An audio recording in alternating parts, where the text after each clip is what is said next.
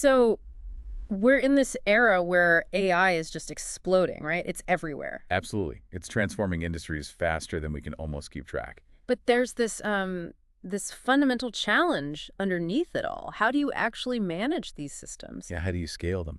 Especially when, demand just goes through the roof unpredictably. Exactly. We're talking about the guts of tomorrow's AI, and it feels like, well, the old ways aren't cutting it. They really aren't. You need something fundamentally different. Which brings us to today's deep dive.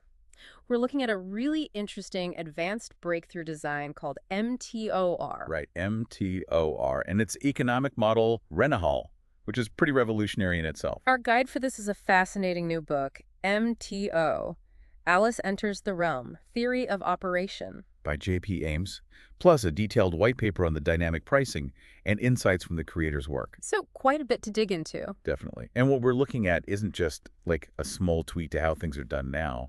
No, this is potentially a fundamental shift.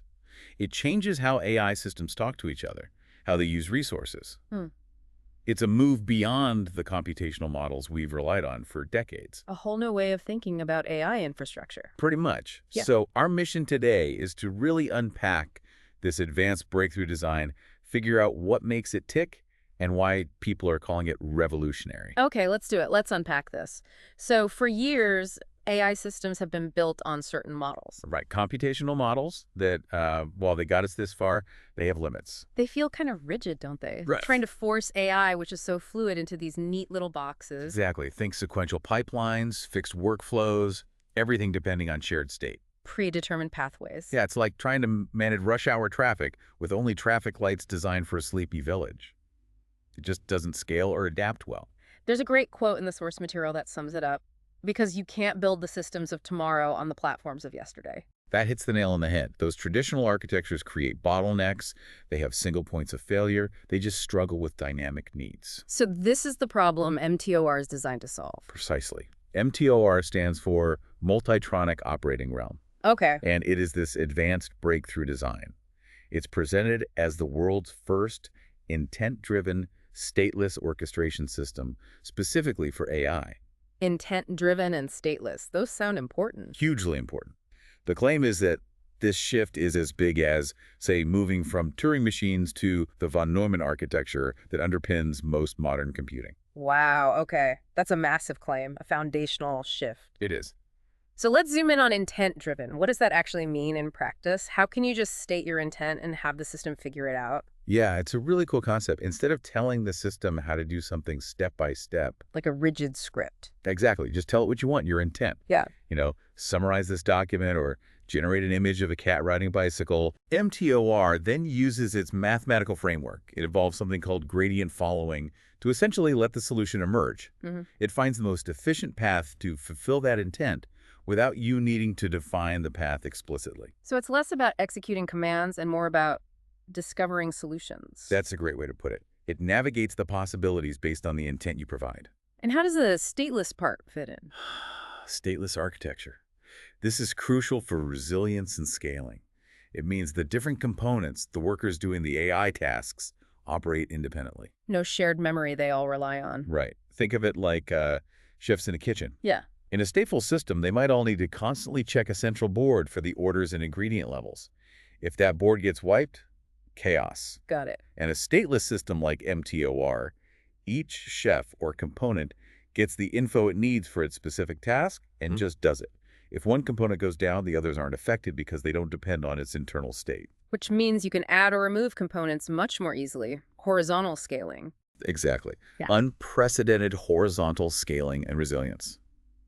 Then there's event-driven processing. Things happen asynchronously based on events, making the system super responsive. And intent-based routing, which uses an enneagram approach, basically analyzing language patterns to understand the user's intent and set it to the right worker. So it intelligently figures out who's best suited for the job. Precisely. Which enables this really remarkable thing called zero-shot computing. Zero-shot. Yeah, MTOR can handle novel requests, things it hasn't seen before, without needing a predefined workflow for that specific new task. It generalizes. That sounds incredibly flexible. It is. And finally, it brings together different AI capabilities, speech, vision, text, under one multimodal integration layer. a single orchestration plane for everything. Speech, vision, text, all working together seamlessly through this intent-driven system. That's the goal. It really does sound comprehensive, and for anyone wanting the full technical deep dive, that book, MTOR, Alice Enters the Realm, Theory of Operation. Right, by J.P. Ames from the N2NHU Lab for Applied Artificial Intelligence. It's a hefty read, over 500 pages, just came out May 2025. Looks like it tries to bridge that gap between theory and practice. Yeah, it seems aimed at both the computer scientists and the engineers actually building these things. Okay, so we've got MTOR, this powerful, stateless, intent-driven brain. But a brain needs a body, right? How do we actually use this? And crucially, how do we handle the resources, the compute power it needs? That's exactly where RENTAHal comes in. RENTAHal. It's the open source reference implementation that's powered by MTO. Think of it as MTOR brought to life. And the description is pretty appealing, a system that sees, listens, talks, understands, and adapts to your intentions rather than forcing you to adapt to its constraints. That really captures the spirit. Yeah. It aims to flip the script on how we interact with AI. Because current ways of allocating AI computing resources, they have problems. Oh, absolutely. Big challenges. Think about it. You've got fixed pricing models that often don't reflect actual usage or cost. Yeah, like paying a flat subscription even if you barely use it sometimes. Right. Or getting hit with unexpected charges. Then there's the massive reliance on huge centralized data centers. Which cost a fortune to build and run. And often lead to underutilization of existing hardware, like all those powerful GPUs sitting in people's homes or offices. Good point. Plus, you have this binary availability, either the service is on or off, and artificial scarcity created by things like API rate limits, which might not even relate to the actual system load. It sounds inflexible, very rigid for such a dynamic field. It is. It's a rigid system struggling to cope with incredibly fluid demand. So how does RENTAHal break out of that mold? What's its fundamentally different approach? Okay, so RENTAHal tackles this head-on with some really core alternatives. First, forget fixed pricing. It uses real-time dynamic pricing.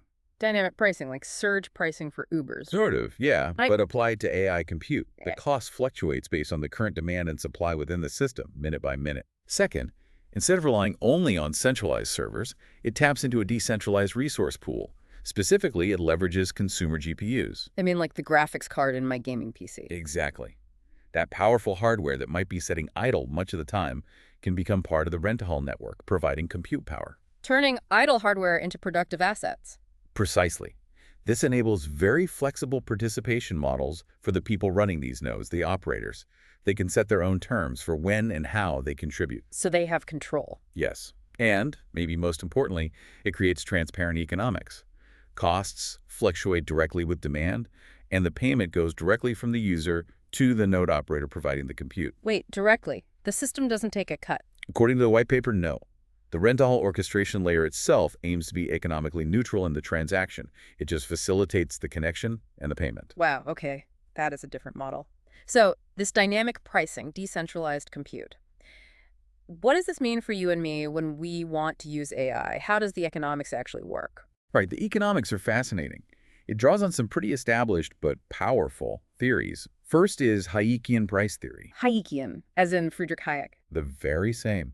The idea that prices are information signals.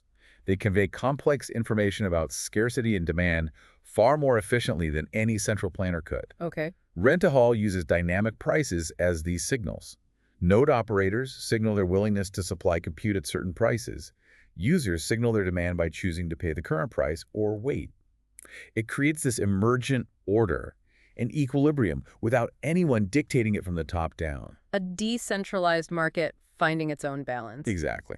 Then there's marginal cost pricing theory. Marginal cost. A cost of producing one more unit. Pretty much. The base price for a task in RENTAHal set at let's call it a $9,000 token or compute credit for now. Okay, 1 credit. That base price is designed to approximate the actual marginal cost, like electricity, of processing that task when the system isn't stressed. But what happens when demand spikes? That's where the dynamic multiplier comes in. As the system gets busier, the price goes up, reflecting the increased opportunity cost of using those scarce resources. So users pay the true marginal cost, and the operators who provide capacity during those peaks get compensated fairly for that scarcity. It ensures the price reflects the actual conditions. Right. Economic efficiency and fair compensation. You mentioned electricity markets earlier. That comparison seems really apt. Can you expand on that? It feels counterintuitive for a decentralized network of, home PCs to act like a stable power grid. It's a great question. The parallel is surprisingly strong. Both electricity and AI compute, especially once the hardware exists, have near zero marginal cost for the actual unit of energy or processing. Right. The cost is mostly the infrastructure. Exactly. Huge capital cost. Both face unpredictable demand swings, and both absolutely need real-time balancing of supply and demand to function. Okay, say that. So just like power grids have base load plants that run constantly, intermediate load plants that ramp up for daily peaks, and peaking plants that only fire up during extreme demand. Like on a super hot summer day. Precisely. Rent-a-hall is designed to have similar layers. You have node operators who are always on baseload, others who might contribute during busy periods, intermediate, and some who set high price thresholds and only come online when demand and prices are really high, peaking. Ah, so the price signal itself coordinates these different levels of supply, even in a decentralized way. That's the core idea. The mechanism of price signaling creates stability, whether the underlying hardware is a giant power plant or thousands of distributed GPUs. That's clever. So how does this dynamic pricing actually work under the hood? What's the technical implementation? Okay, so there's a specific dynamic cost formula. It starts at that base price, one compute credit. Right. Then, if there are processing delays, which indicate the system is getting congested, the price starts to increase proportionally to that delay. So the busier it gets, the higher the price climbs. Exactly. But it's capped at 10 times the base price, according to the spec. This prevents totally runaway prices. And it's rounded to the nearest half credit, just for simplicity for the user. Okay, capped and rounded makes sense. And the node operators, how do they plug into this? They have a lot of control via their configuration.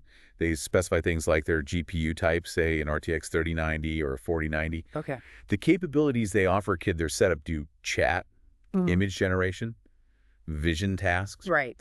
Their availability profile, are they a base contributor, always willing to work at lower prices?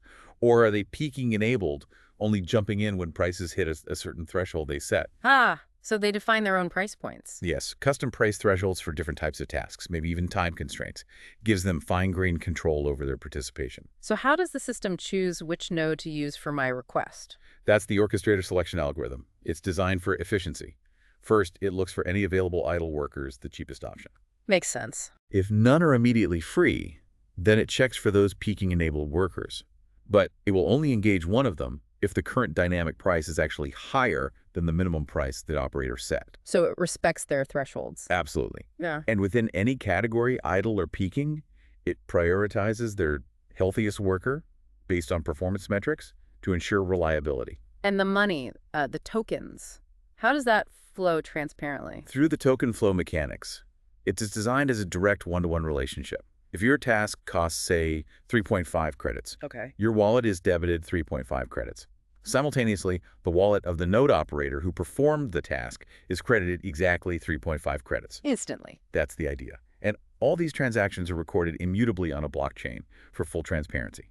Critically, again, the rental system itself takes no fee from this exchange. That direct payment and transparency, that feels like a really big deal compared to current platforms. It's a fundamental difference in the economic architecture. So with all these moving parts, dynamic prices, different types of node operators, decentralized control, how does this whole thing actually ensure a stable, efficient market? Does it just work? Well, the design relies on two core economic dynamics to create that stability. First is supply elasticity. Elasticity, meaning supply can stretch or shrink with demand. Exactly. Because you have those base, intermediate, and peak load nodes coming online at different price points, the total available computing power extends precisely when demand increases.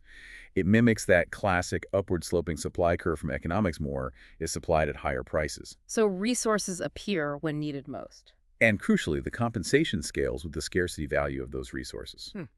The second dynamic is demand response. How users react to the price changes. Right. The price signals aren't just for the suppliers, they're for the users too. If the price is high, someone with a non-urgent task might think, maybe I'll run this later tonight when it's cheaper. So price-sensitive users defer their load. Exactly. While someone with a critical, urgent task might say, okay, it's 5 credits right now, but I need this answer now, so I'll pay it. Allowing price-insensitive users to get immediate access. Yes. It naturally prioritizes higher value or more urgent workloads without needing a central decision maker. The market sorts it out. It sounds like it should lead to a pretty efficient outcome. That's the goal. The system aims for ideal market equilibrium properties. Things like Pareto efficiency, getting the most value out of the available resources, dynamic stability, smooth price adjustments, fair distribution compensation, matching contribution, and allocative efficiency resources going to their highest value uses. And these aren't imposed, they sort of emerge from the mechanism itself. That's the beauty of the Hayekian approach, yes. They emerge from the decentralized interactions. It sounds incredibly robust on paper, but theory is one thing. What's the actual evidence? Did they test this? Run simulations? They did. And the simulation results reported in the white paper are pretty compelling.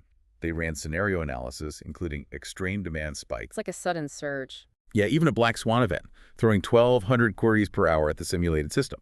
The finding was that the system handled it, the price increases were bounded, it didn't collapse. Okay, that's reassuring. Then they did Monte Carlo analysis, running thousands, 10,000 simulations with random variations. In 99.7% of those runs, the system maintained stability. 99.7%, that's pretty high confidence. It suggests a high degree of resilience. And importantly, they also looked at game theory. To see if participants have incentives to cheat the system. Exactly. The analysis concluded that honest reporting nodes accurately stating their capacity and price thresholds is the dominant strategy. It also suggests the system is quite resistant to collusion among node operators trying to artificially inflate prices. So the incentives seem aligned with keeping the market healthy. That's what the analysis indicates. And what's really interesting here is that this isn't just pure theory. The system draws on ideas that have worked elsewhere. Right, you mentioned the parallels. What's the empirical evidence from other fields? Well, look at electricity markets again. Systems like PJM interconnection in the US or ERCOT in Texas have used dynamic, market-based pricing for decades to balance complex grids effectively. It's a proven model at scale. Okay, that's a strong parallel. Then in cloud computing, think about AWS spot instances. Yeah, where you bid for unused server capacity at huge discounts. Right. It's a similar principle, price fluctuating based on supply and demand for compute. The key difference, of course, is AWS is centralized, RENTAHal is decentralized. But the economic mechanism is comparable. Got it. And even transportation network companies Uber, Lyft, their surge pricing is a direct application of dynamic pricing to balance supply drivers and demand riders in real time. It demonstrably works to increase availability during peak times. So these aren't totally untested economic ideas. They're battle-tested in other complex industries. Exactly. RENTAHal is applying them in a novel way to this specific challenge of decentralized AI compute. Okay, pulling this all together then, what are the real tangible benefits? For me, as a user wanting AI power, and for someone thinking, hey, maybe I could contribute my GPU. Let's break it down. System-wide, you're looking at major efficiency gains. Better GPU utilization because you're tapping into otherwise idle hardware across the globe. Using resources we already have. Right, which means dramatically lower capital requirements compared to building more giant data centers. You get optimal scaling, resources adjust automatically, and potentially lower latency because compute can happen closer to the user on this distributed network. Okay, those are big system benefits. What about for the end user? The user value proposition is pretty compelling. First, access on demand. Even if the system is busy, you can likely get access if you're willing to pay the current dynamic price. Availability. No more service unavailable messages, hopefully. That's the goal. Second, transparent pricing. You know exactly what you're paying and why it costs that much at that moment. No hidden fees. All right. Third, potentially, quality of service guarantees tied to price pay more, get faster or more reliable processing. And finally, no lock-in. It's pay as you go. Use it when you need it. That sounds pretty user-friendly. And for the people providing the power, the node operators? For them, it's about node operator economics. Flexible participation, they set the terms. The potential for premium compensation during those high-demand peak periods, getting paid more when their resource is most valuable. Making their hardware work for them. Exactly. Potentially predictable revenue streams, allowing them to maximize the return on hardware they might already own for gaming or other work. It feels like it creates this synergy. It really does. It feeds into powerful network effects. More users needing AI tasks creates more demand. Which makes prices potentially rise during peaks. Which attracts more node operators wanting to earn those higher rewards. More nodes mean better performance, lower latency. Which makes the service even more attractive to users. Ah, it's a virtuous cycle. Exactly. Growth potentially fuels more growth and efficiency. This all sounds incredibly ambitious and well thought out. It definitely fits the bill of an advanced breakthrough design. So, what's next for MTOR and RENTAHAL? What does the future hold? The design certainly seems built with the future in mind. The sources suggest several potential future extensions. Such as? Things like advanced reservation markets. Yeah. Maybe you could book compute capacity in advance at a fixed price. Okay, for predictable workloads. Exactly. Or node operators could sell guaranteed availability contracts. Then there's differentiated quality of service. Think priority queues, dedicated resource guarantees for users who need absolute certainty, maybe different performance classes based on the underlying hardware. Tailoring the service. Right. And eventually, perhaps specialized resource markets. Maybe a market specifically for nodes with high-end NVIDIA GPUs optimized for training, or another for nodes with specific hardware, like Google TPUs or FPGAs, for very particular AI tasks. Wow, really specializing the marketplace. The architecture seems flexible enough to support that kind of evolution. Well, this deep dive into MTO and RENTAHAL has been fascinating. It really does paint a picture of a profound shift. It's a reimagining, isn't it? Moving away from those rigid, centralized AI infrastructures. Towards something intent-driven, stateless, decentralized, and governed by dynamic, transparent economics. Yeah, what comes through from the sources is that this isn't just presented as, a slightly better way of doing things. No. It's framed as a genuine revolution in distributed computing economics. The argument is that it's economically sound, technically feasible, backed by empirical parallels, and even promotes a kind of distributed value sharing. Sharing the benefits directly with the contributors. Right. So to wrap up, here's a thought to leave you, our listener, with. Imagine this future.